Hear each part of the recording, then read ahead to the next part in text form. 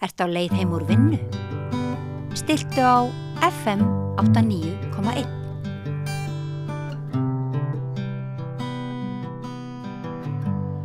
Við ætlum að taka stöðuna á NATO. Það var sögulegur fundur, stór sögulegur fundur var sagt við það í vikunni og samþykkt þar að auka útgjöld til hernaðar og hermála upp í 5% af landsframleiðslu sem gríðarlegt fé.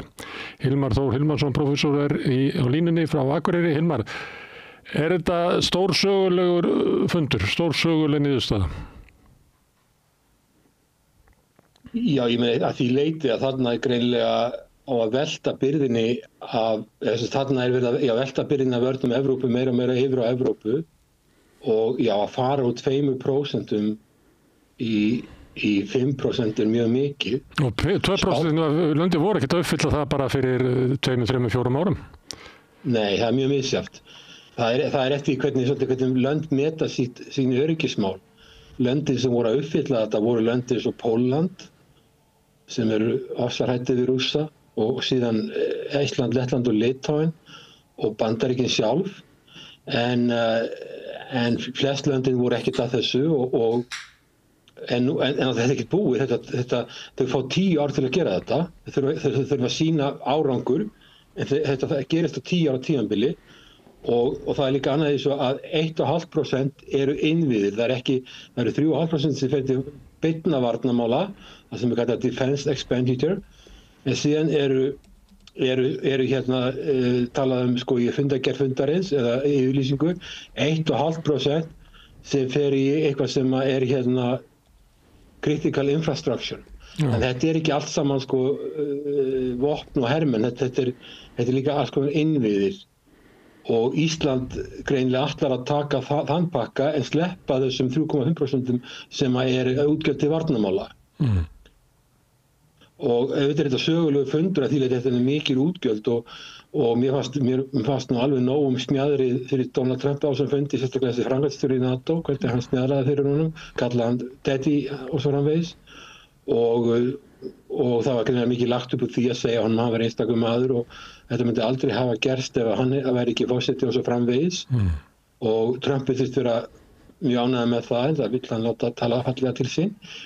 En allavega, þetta er sögulegu fundur að því leyti, þarna og kannski talaði hann Trumps and Daddy að hann gefi skyn að þetta væri krakkar sem hefðu ekki getað varið sig og núna væru þau kannski að verða unglingar eða fullorðin og geti farið að sjá sín mál sjálf. En náttúrulega, þetta er líka staðfesting af því að Bandaríkin ætla að fara að draga sig frá Evrópu meira og meira til Asíu og þau vilja helst ekki lendi í frekari vandræðum í Miðausturlöndum, vilja komast til Asíu og þannig að verður Evrópa að sjá sig meira sjálf og Bandaríkin mun minnka viðveru og náttúrulega auðvitað er þetta svakaleg aukning útgjalda, þetta er meira en tvöföldun með það sem var áður og þannig að það er alveg grundvallarbreyting sem þarna er að verða. Spurningin hvernig löndunum gengur að gera þetta, Trump er náttúrulega ekki forseti til eilífðar og hvort að þetta gengur eitthvað litið tilbaka. Ég meina við vissum það að þegar að 2% voru í gildi þá voru mörg lönd sem voru ekkert að ná því. Og það vekur athygli með Ísland. Við vitum það að Ísland gekk inn í NATO sem algjörlega herlaust land og við stórum þangað inn þannig að ef við förum inn á heimasíðu NATO og ef að Trump er að skoða hvað þar er töfluna sem þar er varðandi framlög, þá er bara Ísland ekkert á listanum.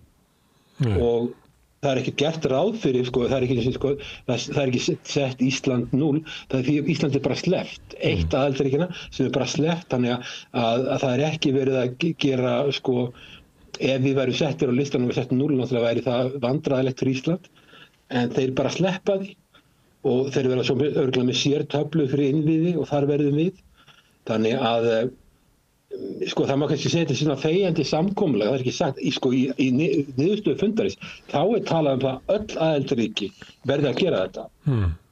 En svo, og það er ekki sagt í fundargerð að Ísland sé undanþegið, en ef þú skoðar gögn NATO, að þá má segja, maður getur veltið við síðan þegjandi samkomulag að ok, Ísland er ekki á listanum og það spyr enginn neins. Og þegar Trump er að skoða þennan lista, að ég veit ekki hvort hann fattar það að Ísland er ekki á listanum þannig að og ég utanríkisráðherra, það var forsætisráðherra, utanríkisráðherra, svo það var Kristrún, Þorgerður Katrín og síðan Inga Snæland skrifuðu grein í á vísi.is sem kom bara út, held ég bara daginn sem fundurinn var og þar eru þær að tala um þetta 1,5%.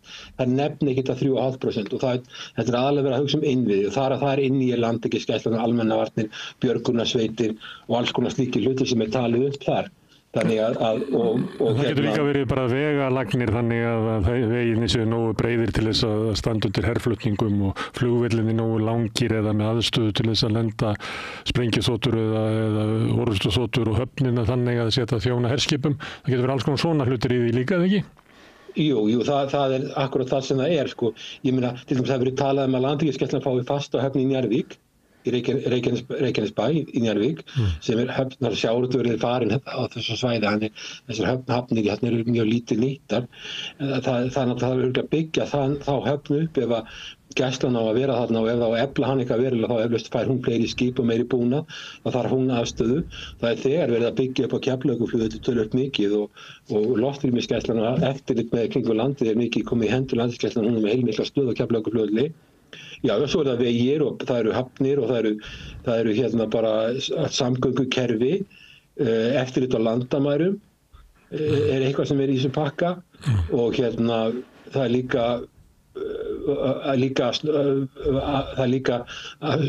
eitthvað sem innviðist til að verja snúa orkumálum, fjarskiptum og samgöngum. Þannig að þetta er bara, þetta er ekki vopn, en þetta er eitthvað sem að hjálpar til með öryggi landsins og auðveldar með öryggi landsins, en eins og segi, það er ekki, hernaðarpakkin er ekki þarna inni og ég svo sem veit ekki hvernig samskipti Íslands er að fara fram. Ég meina, ég býst í því að það haldi sig bara til hlés þarna á þessu fundi þegar verið að ræða þessi framlög, en allavega virðist vera allavega, maður ekki heilt neitt mótmæla þessu að Ísland sé að borga í þetta, og þetta skiptir þetta máli og svo er töluvert það sem hefði þurft að vera búið að gera, þurft að gera hvort þið er. Við þurfum að efla landhelgisgæsluna, það er að auka skipaumferð norðurslóðir. Samt er þetta miklu peningar, Hilmar. Ég held að Kristrún hafði eitthvað tíma sagt að líklega erum við að verja svona helmingnum að þessu nú þegar, en þá er eftir 35-40 milljarðar sem er svo viðbótin og það er svolítið djarfar ákvarðanir að auka útgjöldum 35-40 milljarðar á ári. 60 milljarðar geti verið 70 milljarðar, 1,5%. Já. Svona varlega áætlað, sko. Já, hún sagði að helmingurum væri sem að væri hvort sem er verið að ráðstafa eða hvort sem við þyrftum hvort sem er að gera. Þannig að þetta er samt ákvörðun 35 milljarðar til viðbótar. Já, þetta er náttúrulega töluvert mikið, en ég meina, hugsaður ef við verðum að fara í 5% þá erum við að tala 200 milljarðar. Já. Og það er ekki verið að þrýsta okkur að fara í 200 milljarðar. Það er verið að segja okkur að fara í 60 milljarðar. Og þetta er bara hluti að vera við viljum að vera í þessum klúbb eða ekki. Stjórnvöld virðast vilja vera í þessum klúbb og þau eru búin að vera að fara náttúrulega til Brussel. Það er örugglega búin að ræða þetta við það og ég meina það er alveg viðurkennt sérstaða Íslands og það er ekki verið að reyna að skamma okkur í sum lönd sem eru á þessum lista á heimasíðu NATO sem eru ekki að standa sig. Þau eru örugglega ekki hrifin af því að vera á þessum lista og sé verið að veifa þessum lista framan í þá á þessum fundi, en allavega okkur er bara sleppt og það var alveg ljóst að þegar við gengum í NATO 49 að þá sagði utanríkisráðherrann Bjarni Benediktsson að hann hefði haft efasemdir við getum farið í NATO vegna við værum ekki með her, en þá var bara sagt lega landsins er þannig vegna öryggis Norður-Ameríku og Meginlands-Evrópu að þau verði eiginlega að vera þarna inni og þá sköffuðum við svæði. Við sköffuðum efni, möl og efni í flugvelli og gerðum eitthvað þarna, en við vorum bara að koma inn á þessu forsendum. Þetta er ekki núna ennþá 1949, en ég meina, það hefur ekki verið gert neitt samkomulag eða rætt NATO sem ég veit við stjórnvöldum að nú verður að breyta þessu og fyrir Donald Trump er hann örugglega ekki þannig að horfa á listan, þá er hann ekki að hugsa Ísland og það er að auki þó að Ísland voru á listan og þá er þetta svo litlar upphæðir. En hann hefur samt máður sagt að hann muni ekki verja lönd sem ekki er að standa við skuldbindingar NATO og fundargerðin náttúrulega er alveg afdráttarlaus að það eiga öll lönd að gera þetta. En ég minna, en svo bara þegjandi samkomulag. En hversu vel heldur að það geti haldið? Það eru þarna lönd sem eru ekki fjölmenn. Ein röki fyrir því að Ísland getur ekki lagt til vegna þess að hvað sem skiptir einhver máli. Þóttu við værum með her að þá væri svo fámennur, hann gætir umverulega ekki varið landið. En þannig eru lönd eins og Luxemburg, þar sem að búa 680.000 manns. Það eru 390 sem að búa hér og það munar eiginlega sára litlu og það eru þessi lönd sem að Luxemburg sem að þarf að standa sína plikt og leggja 5% af landsframleiðslu. Einhvern tímann hlýtur að koma því að þau lönd horfi og spyrja hvernig stendur á því að þetta ríka land þarna, þótt að sé fámennt, að það sleppur alltaf svona billega. Já, það getur vel verið að þau geri það, en þá getur við bara spurt á móti, ok, eigum við að fara úr NATO, viljið þið fá kínverska eða rússneska flotahöfn á þetta svæði og ég held að þið viljið það ekki. Og þetta er mjög viðkvæmt svæði fyrir meginlandi Evrópu og við gengum í NATO á þessum forsendum og ég hef ekki heyrt neitt tala þetta sko. Ég meina, ég veit ekki hvað er sagt og hvað hefur verið sagt við okkar ráðamenn á bak við lokaðar dyr. En þú hefur ekki heyrt heldur fyrir 1 ári síðan, Hilmar, ef ég hefði sagt við þig að Íslendingar myndu samþykkja það að verja 1,5% af landsframleiðslu í uppbyggingu hernaðarlegra innviða, þú hefur kváð. Þannig að hlutinni breytast hratt.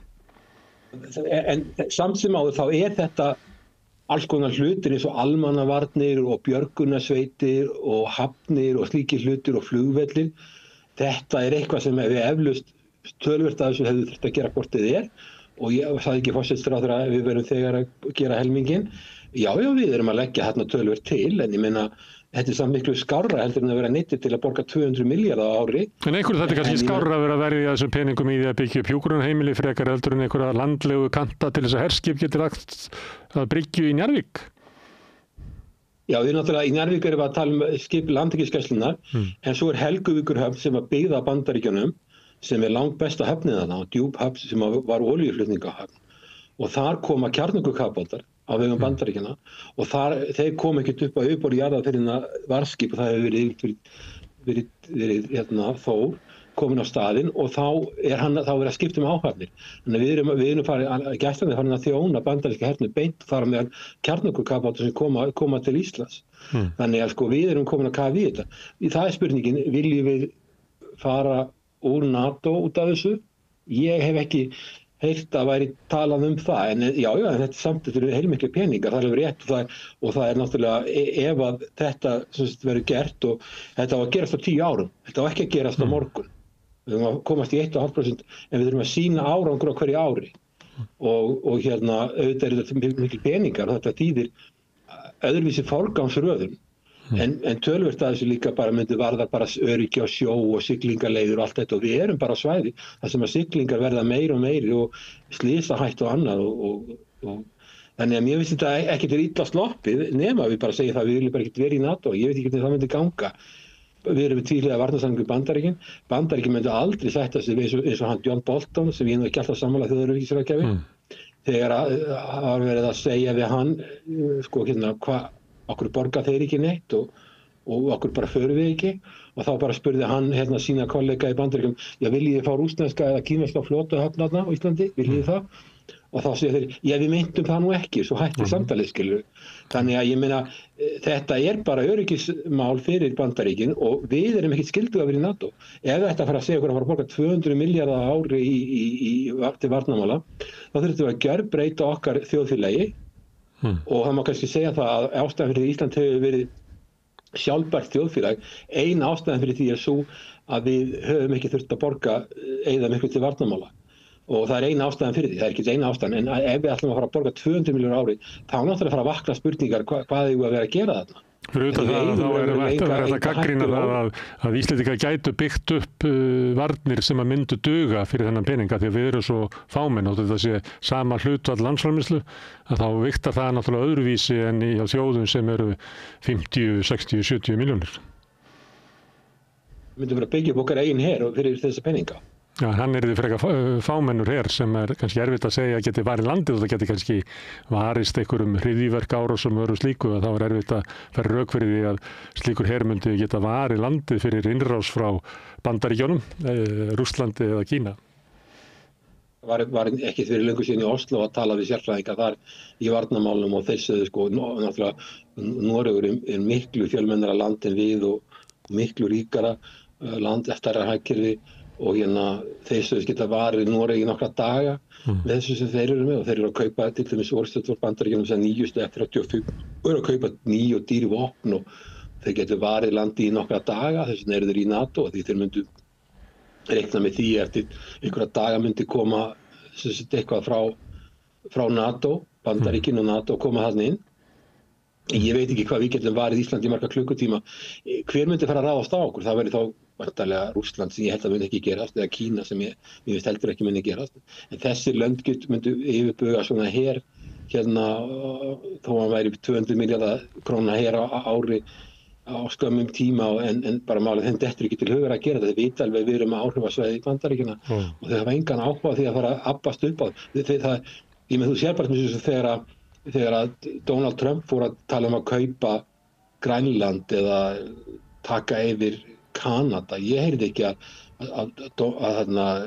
Putin eða Xi Jinping væru með einhver háar skilaboð og þetta mætti ekki. Þeir skipta sér ekkert af, ég heyrði það allavega ekki að þeir skipta sér að þessu. Ekki neitt, herðu. Þannig að já. Það eru það komið sér grein frá ráðherrunum þremur, sama dag og fundurinn var hjá NATO og Helen Ólafsdóttir, öryggissérfræðingur, hún svaraði henni og hún kom til mín í spjall á eftir. Það var svona tvennt sem að hún var að gagnrýna. Annars vegar að það eru gerðar svona breytingar eða kannski ekki stefnubreytingar en þetta svona áherslubreytingar eins og þetta með útgjöldin án þess að það fari í gang hér einhver svona almennleg umræða við borgarasamfélagið eins og hún orðaði það. En svo var hún líka eiginlega kvartað yfir því að utanríkisstefnan á Íslandi hefði raunverulega ekki tekið neitt svona nótis af breyttri heimsmynd sem hefði verið og hún var að kalla eftir að það eiginlega bara vantar öfluga umræðu utanríkismál og öryggismál í samfélaginu og var eiginlega að biðjast undan því að ráðherrarnir var alltaf að koma að einhverju fundum og bara einfaldlega tilkynna okkur það innhliða að þau hefðu komist að einhverju tiltekinni niðurstöðu sem gæti verið bara mjög drastísk fyrir Íslands samfélag. Hvað segirðu þessa gagnrýni Helenar? Tökum til dæmis dæmi aðstoðina við Úkraínu. Ég ekkert á móti því aðstoð Úkraínu. Þarna bara gerði einhver þingsályktun og þetta var varla rætt í þinginu og ekkert rætt við þjóðina. Og svo bara gert eitthvað og þingsályktun er ekki fjárlög. Það er verið að skuldbinda þjóðina miklar peninga uppæðir án þess að fari fram almennileg umræða það og hvernig það er að vera og hvernig það er að standa að því og farið í að kaupa vopn og annað sem passar ekkert fyrir okkur því að ef við förum í að kaupa vopn til dæmis fyrir Úkraínu þá erum við að farin að færa okkur yfir í hernaðarhlutina. Þær tala að við séum með öfluga svona borgaralega aðstoð við NATO, borgaralega séu. Við höfum alltaf haldið okkur í það sem er civil, borgarahlutunum en ekki hernaðarhlutunum, alltaf forðast það. Við höfum samt verið að kaupa vopn og við vorum inn í næstu að reka herdild inn í Afganistan. Vopnaflutningum líka og að flytja vopn, þannig að það er alveg rétt að það þarf umræðu þetta og þannig teknar ákvarðanir alveg án þess að kanna hug þjóðarinnar og þetta er alveg rétt og varðandi breyta heimsmynd þá er það líka að heimsmyndin er breytt þannig að heimurinn er ekki lengur í svona unipól eins og var þegar Bandaríkin voru ráðandi. Við erum komið með stórveldasamkeppni og það getur myndast ákveðið spenna og óöryggi og en við erum ekki við okkar staða held ég að sé mun betri heldur en hinn á Norðurlöndunum því leyti við erum ekki alveg onni Rússland lítur á allt í kringu sig radíus í kringu sig sem að svæði sem þeir telja varði sitt öryggi og tilvista existential threat. Við erum ekki þar.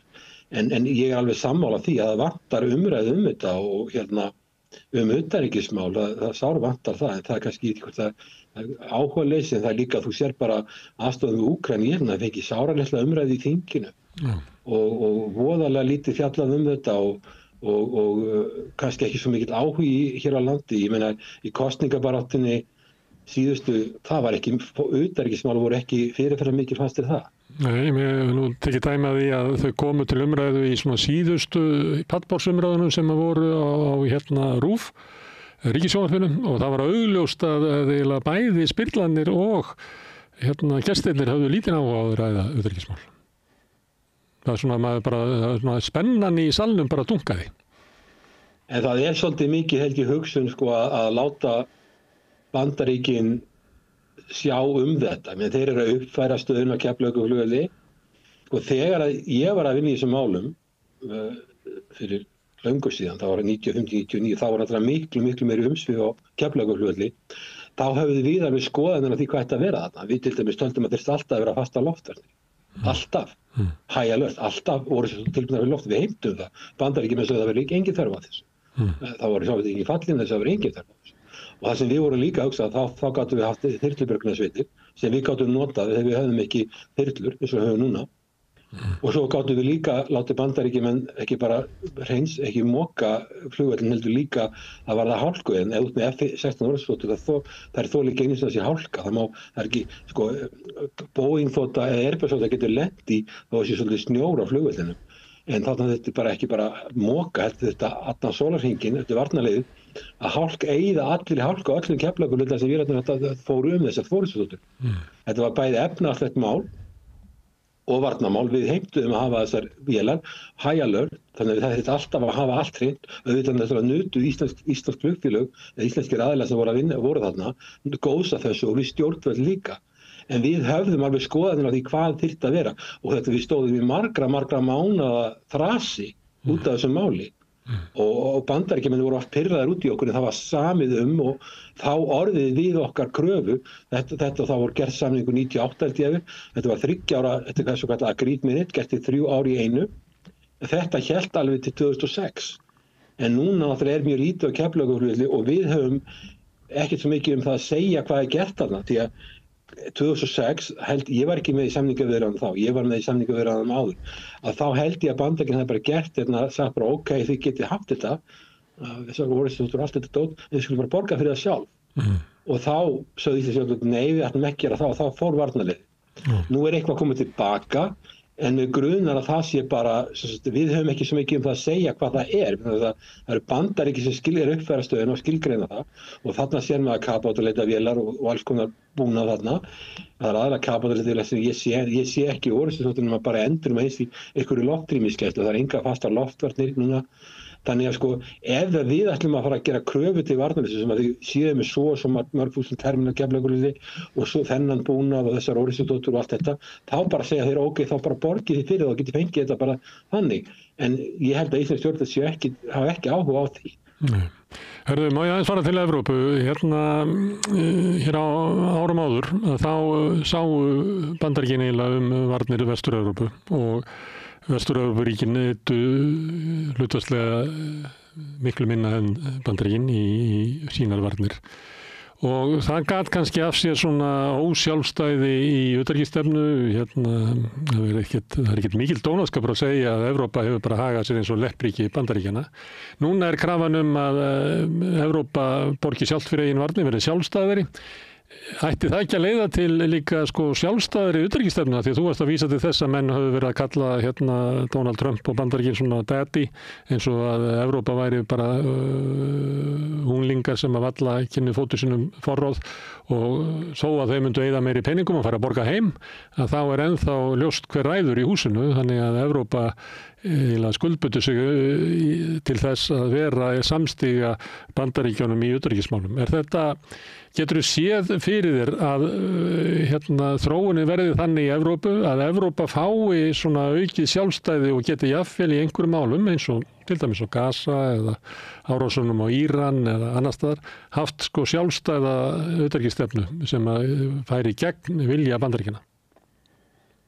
Já, þetta þýðir það að Evrópa geti gert meiri kröfur það að ráða meiru í NATO. Þegar ég fór á NATO-fundina þá var þetta bara þannig að þá þetta voru ýmist utanríkisráðherrafundir, varnarmálaráðherrafundir og þá mætti íslenski utanríkisráðherrann eða þetta voru leiðtogafundir og þá mætti utanríkisráðherrann og forsætisráðherrann eins og núna, þá er það forsætisráðherrann sem hefur orðið. Þá biðu bara allir eftir hvað forseti Bandaríkjanna eða utanríkisráðherra hvað hann vildi segja og svo hann bara setti tónin og svo bara var talað í kringum það. Núna gæti verið að Bandaríkin kannski séu ekki eins ábyrjandi, þau munu draga herafla úr Evrópu og hafa minni áhuga á Evrópu og munu ekki skipta sér eins mikið að NATO skipta samt miklu máli því Donald Trump eins og hann hefur stundum hótað að ég gefið í skinn ekki að fara úr NATO, það ætla að vera að minnka og mér skilst að Bandaríkin ætti ekki að fara sjálf í 5%. Ég meina, ég held að ég hef heyrt að það sé ekki því að þeir ætti sjálfur að gera þetta með þeir rökum að þeir hafi svo lengi verið að borga allt of mikið. En það sem að vekur athygli sko, með sameiginlegan her Evrópu, það ekki núna á borðinu væntanlega, vegna þess að nú þetta NATO. Og þessi lönd hafa ekki efni á því að vera í NATO með svona miklu kostnaði og mörg þessi lönd hafa ekki efni á þessu, það hafa alls ekki efni á þessu og geta þetta sem ekki. Þau ráðu ekki við það, það eru bara stjórnmála upplýsning sem löndum eða þú ætti að fara í þessa 5% held ég. En þetta allavega þetta á að gerast á 10 árum og Donald Trump verður ekkert forseti í 10 ár, þannig að maður veit ekki hvort þau standa við þetta. En það sem annað sem hætta svo að ef Bandaríkin fara úr Evrópu, þá fara Þýskaland, Bretland og Frakkland að berjast það hver sé stærstur og sterkastur. Og þetta höfum við séð áður. Það það sem ég óttast mest. Þegar Bandaríkin hverfa, þegar Bandaríkin voru þannig, við vitum talað það, NATO var til að halda Þjóðverjum niðri, Bandaríkjunum í Evrópu og Rússum úr Evrópu.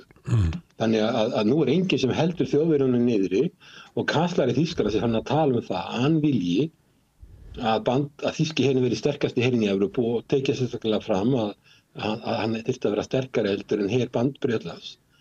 Og þú sér alveg hvernig þetta þarna ykkur 3 aðilar þessi 3, Ítalía er líka stór, sem fara hnykla vöðvana og segja ég stærri en þú. Og það ekkert endilega gott, þannig að ég myndi halda það sko að það betra ef Bandaríkin eru þarna með fingurna í þessu.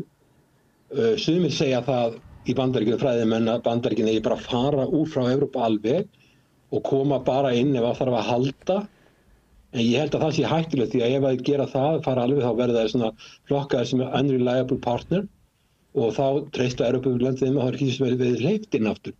En ég meina, ég held að það sé rétt að meiri framlög því það Evrópa getur haft yfir stærri, meiri vikt á þessum föndum og verður einhverju leyti NATO verður meira svona undir áhrifum Evrópu, en Bandaríkin verða þarna áhrifin. Ef Bandaríkin fara alveg út og þá fara þessir lönd að slást og hversi stærstur og mestur og það það sem ég óttast. Við höfum alltaf séð þetta og það verður enginn Evrópu her og svo Evrópusambandi bara mjög veikt sko, þannig að útgjöld til Evrópusambandsins eitthvað 1,5% af vergri landsframleiðslu eða 1-1,5% af vergri landsframleiðslu allra aðildarríkja. Þú sér það að NATO að fá miklu meira, 5%.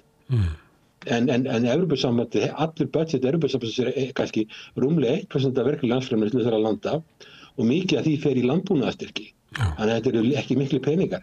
Þarna þessi sameininga Evrópu, það bara klink sem að Evrópusambandið með hvað á að fara í vegna viðveru NATO. En ég ekki að segja að þessi peningar verði ekki borgaðir inn í NATO, þetta verður borgað inn í einhvern sameiginlegt punkt til að tryggja öryggið. Það líka bara eitt inn í viðkomandi löndum, þannig að þetta fer í sjálfum sér ekki til NATO, heldur fer það bara í viðkomandi her eitthvað fleira. En þegar þú talar stundum svona Evrópuher og það svona hugmyndir sem reyndar enginn að tala nema kannski Macron einstaka sinnum að verði sko sameiginlegur her Evrópu. En ekki NATO raunverulega, ég meina, NATO samræmir alla heri, það allir með sama dóti, það allir með sömu svona herfræðina og taktíkina og þetta eiginlega smíða til þess að þessir herir geti sko unnið og starfa saman í stríði. Þannig að ekki NATO-herinn, þó hann sé með sko sjálfstæða hersræðingja sem heyra undir stjórnvöldi í hverju landi fyrir sig, þetta ekki eftir sem áður eiginlega eins og Evrópuher? Já sko, náttúrulega þetta málið það að þetta eru nation states, þetta eru þjóðríki og herinnir heyra raunverulega undir þjóðríkið og þetta eru, NATO eru 32 þjóðríki og herinnir heyra undir þjóðríkin. Það alveg rétt að langmest af þessum vopnum, kannski 60-70% ekki komið frá Bandaríkjunum og þannig að Evrópa verður áfram mjög háð Bandaríkjunum. Ég var að hlusta á einhvern hersveðingja nýlega bara í sjónvarpinu, ég var að tala um prófessor frá Ástralíu sem var að tala öryggi í Asíu og hann sagði sko varandi F-35, það mjög virtur maður að F-35 eru þannig að það að uppfæra tölvukerfin í þeim að viku fresti og einu aðilegðin sem getur gert það eru Bandaríkin. Þannig og þetta var einn ástæða fyrir því að Þjóðverjar voru að velta fyrir sig hvort þetta kaupa F-35 og sumir hafa farið í að kaupa sænskar vélar. Þannig að Evrópa verður ennþá mjög háð Bandaríkjunum og það var meira svo ótti í Evrópu að Bandaríkjunum getur bara hreinlega slökkt á þessum vélum. Það var eitthvað búnaður í þeim, það getur bara segið svo að það væri átök og sem Bandaríkjunum vildi ekki, þá getur þau bara stoppað þær. Ég veit ekki hvort þetta er rétt. En allavega Evrópa er að kaupa vopn frá Bandaríkjunum aðalega. Hún kaupi líka vopn frá öðrum, Svíar til dæmis framlega Gripen þotunar. Ég hef verið að fara til Asíu, til dæmis landi svo Tæland, kaupi sænskar vélar, þið vilja ekki bandarískar, kaupa Gripen vélar, en allavega langmest af þessu eru bandarískar vélar og þannig að það er þannig og sami búnaðurinn, en samt sem áður þá eru þessir herir undir stjórn þjóðríkja og þetta Article 5 garantí er ekkert voðalega merkileg trygging, vegna þess að ég vil tala þetta er bara lönd eiga bregðast við as they deem necessary og það er ekki, þýðir ekki það, segjum sem svo, Eystrasaltsríkin er tekin á morgun, sem við skulum vona vel ekki, að þá þurfa bara önnríki að bregðast við eins og þau telja vera nauðsynlegt. Og ég hef heyrt aðila marga prófessora og fræðimenn sem er að fjalla þetta og hersöfingja og í stjórnmálamenn ég vil í Bandaríkjunum að segja að það er ekki farið í kjarnorkustríð við Rússland út af þessum löndum.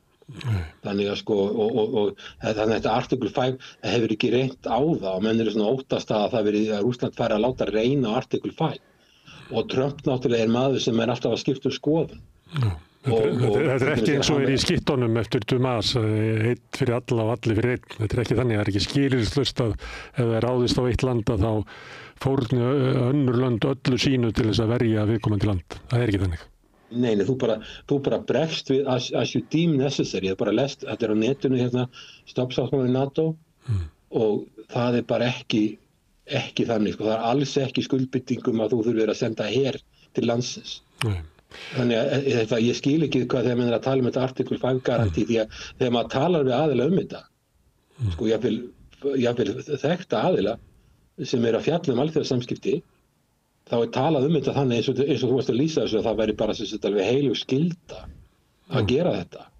En það er ekki þannig og það er bara nóg að lesa samkomulagið. Svo líka á sem NATO-fundi er talað um að lönd eigi að leggja visst framlög til Úkraínu umfram það á að vera hluta þessum pakka og ég hef heyrt að Zelenski, hann vill að öll NATO-ríki leggi árlega 0,25% af vergri landsframleiðslu í hérna Úkraínu og fyrir okkur þetta sé 10 milljarðar á ári. Og það er barist fyrir því, ég held að Kristrún hafi ekki næstu mætt á fundin með Zelenski núna í Hún þurfti að fara heim. Já, ég meina ef hún hefur ekki verið í þeirri stöð að geta tilkynnt framlög eins og hinir ráðherrarnir, segjum að ef ég hefði verið í hennar stöðu og hinir forsætisráðherrarnir eru allir að tilkynna einhverja stórar upphæðir, þeir eru á miklu hættulegra svæði heldur en við, sérstaklega Finnland, þá eru þeir að tilkynna einhverja stóra peningaupphæðir og hún er ekki tilbúin að gera neitt svoleiðis, þá myndi ég ekki fara á fundin. Ég er ekki að segja það að hún hafi gert það vegna þess, en mér fannst það hyggilegt ef hún er ekki með eitthvað í pakka að hún vilji fara að skuldbinda Ísland, þá er betra að sleppa fundinum og 10 milljarðar er töluverð upphæð og það er engin þessu stemning finnst mér, ég hef ekki séð skoðanakönnunum þetta, en ég held að það ekki voru mikið stemning í Íslandi að fara að kaupa meira vopnum eða senda meira peninga þarna í bili. Ég held að mig grunar Íslendingar séu eins og margir þarna að hugsa svo að það þurfi að fara að binda endi á þetta. Já. Hvað heldur þú? Ég hef ekki séð kannanir það er náttúrulega mikill svona áróður í samfélaginu, í íslenska samfélaginu út alla Evrópu, í öllum einhverjum heimsluta að það sé einhvern veginn úrslita orrusta okkar gildi svo orrusta í þessi stað á vígvellinum í Úkraínu. Það er mikil öfl sem að halda því að fólki og við höfum raunverulega engan aðra valkosti og ég hef nú heyrt bara núverandi utanríkisráðherra og fyrrverandi utanríkisráðherra að tala þannig að við höfum raunverulega engan aðra valkosti en að gera allt sem í okkar valdi stendur til þess að styðja Úkraínu því að það verður engi friður nema að Rússland sé sigrað á vígvellinu. Þú þekkir þessa umræðu, hún er búin að vera gegnum gangandi í 3 ár. Þetta er Bandaríkin og út af gildum. Sér hvernig þeir eru að fara með háskólana. Það er ekki málfrelsi með einhverju fínustu háskólanir, það er ekki málfrelsi. Þeir fara ekki eftir alþjóðalögum. Bandaríkin fara ekki eftir alþjóðalögum. Og til dæmis, ef við tökum stríðið sem í Íran þegar direktor National Intelligence segir að Íran sé ekki að smíða kjarnorkuvopn, þá í júní 3 mánuðum seinna hún neitt til að snúa allir við á hvolf. Ég held að það verið sagt að þú bara rekin eða þú ekki skiptir skoðun. Þannig það ekki til dæmis þegar sprengingin var gerð, þessar sprengingar sem voru gerðar á kjarnorkusvæði í Úkraínu á 3 stöðum, þá sagði Pentagon, varnarmálaráðuneytið, þeirra leyniþjónustu armur, það hefði ekki verið mikið tjón. Þarna myndi ekki tefja Íran nema bara nokkra mánuði, en svo bara kom CIA bara seinna og sagði að þetta hefði verið mikið tjón. Og það bara eins gott að þetta sé mikið tjón vegna þess að Netanyahu, hann nú búinn að fá aldeilis högg á stærstu borgirnar, aðalega Tel Aviv en líka Haifa og eitthvað lítið Jerúsalem, mikið tjón, og hann verður náttúrulega að segja sig búið að setja klukkuna aftur einhver ár vegna þess að þetta er svo mikið tjón, en ég treysti nú alveg ef að Pentagon hefur gert skýrslu þetta, skömmu eftir að þessi árás var gerð, þá trúi ég henni alveg. En ég veit líka að þetta er mjög mikið á móti Donald Trump að segja þetta og þá myndi CIA bara fá skilaboð, ok, við skulum hafa þessa skoðun. Alveg eins og þetta eru bara það miklir hagsmunir. Herðu, talandi þau átök að Ali Khamenei, hann var að ávarpa þjóð sína í morgun og hann lýsti yfir sigri Írana í þessu stríði. Það sama hafði Netanyahu gert, gagnvart sinni þjóð. Þannig að ég nú bara benda á þetta, það er nú ýmislegt sagt í þessu. Tökum þessi markmið sem við vorum að tala um. Ef við vorum að tala um þetta, þá erum við að tala um þessi markmið. Það er að Ísrael ætlaði að koma í veg fyrir að Íran kemur sér í kjarnorkuvopnum. Ég held að séu búin að tryggja það að þeir muni koma sér í kjarnorkuvopnum með þessu. Að steypast á stóli klerkastjórnin, ég er ekki hrifinn af henni. Ekki halda að ég sé einhver stuðningsmaður klerkastjórnar eða það tókst ekki. Að knýja Íran til uppgjafar, það tókst ekki, það náðist ekkert markmið, ekkert af þessum markmið. Þannig að hver vann og hver tapaði, svo bara kom í ljós að loftvarnir Ísrael eru ekki eins og menn héldu. Þær eru betri heldur en Íran, Íran er með lakari loftvarnir og ég mér dettur líka alveg í huga. Donald Trump hafði sagt bara við Netanyahu, ég er ekki með það sem kallað intercept missiles til að senda ykkur. Hann var farin að taka intercept missiles, eldflugvélar sem skjóta niður það sem að koma inn í landið og ég er ekki með nægilega mikið, þannig að ef þú heldur þessu áfram þá verður þú bara að taka við öllum þessum eldflugum inn í þéttbýli hjá þér og það borgar sig ekki fyrir þig og það hætti þessu og hann hlýddi. En ég meina við vitum það að það kom fram á þessum NATO-fundi að Donald Trump sagði það bara á fundinum þegar það var blaðamaður frá Úkraínu sem var að spyrja hann út í þessum mál og varðandi loftvarnir því Úkraína núna er hún eiginlega farin á fréttum, það er svo mikið verið að sprengja í Úkraínu núna bara inn í þéttbýli.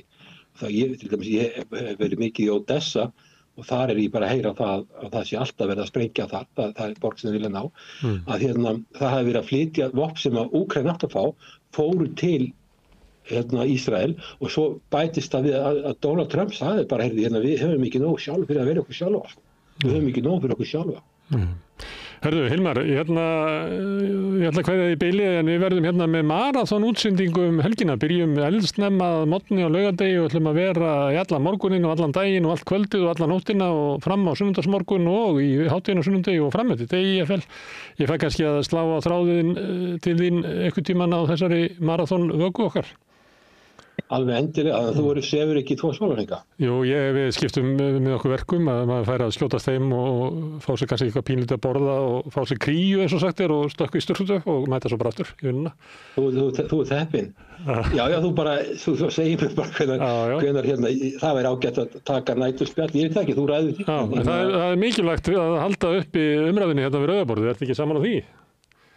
Já, þú ert að gera alveg, þetta er gríðarleg þjónusta sem þú ert með við þjóðina. Þetta eru langbæstu umræður þetta sem eru til á landinu og þetta er náttúrulega mjög mikilvægt því að það vantar umræðu og ég meina og mér sýnist þessi þætti sem við erum að gera séu að fá töluvert gott áhorf, þannig að ég held að sé mjög mikið gagn að því og það er gaman að taka þátt í þessu og svo lærir maður mikið á því líka. Já, og gaman að hafa þig með í þessu, það er þannig að samstöðu væri alltaf ekki neitt án góðra viðmælenda og ekki síst þessara svona fastagesta sem við höfum haft að það er nauðsynlegt að hafa Hilmar Þór til þess að fá svona einhvern sans í útkikk okkar á heimsmálin og þakka þér aftur fyrir Hilmar og heyrjumst kannski helgina. Takk að kella, sjáumst, heyrjumst. Já, takk hérna. Herðu, en við ætlum að halda áfram hérna í kvöld, við erum að ræðum alls konar mál sem að við teljum vera mikilvæg og næsti kafli eftir augnablik. Tryggjum sjálfstæði samstöðvarinnar, maraþón málþóf núna helgina frá laugardagsmorgni til sunnudagskvölds 28. og 29. júní í lengsta þjóðmálaþætti Íslands í beinni útsendingu. Verið með okkur helgina til að tryggja sjálfstæði samstöðvarinnar. Vilt þú koma í viðtal í beinni útsendingu á samstöðinni? Allir velkomnir á milli klukkan 12 og 13 á laugardaginn, samstöðin.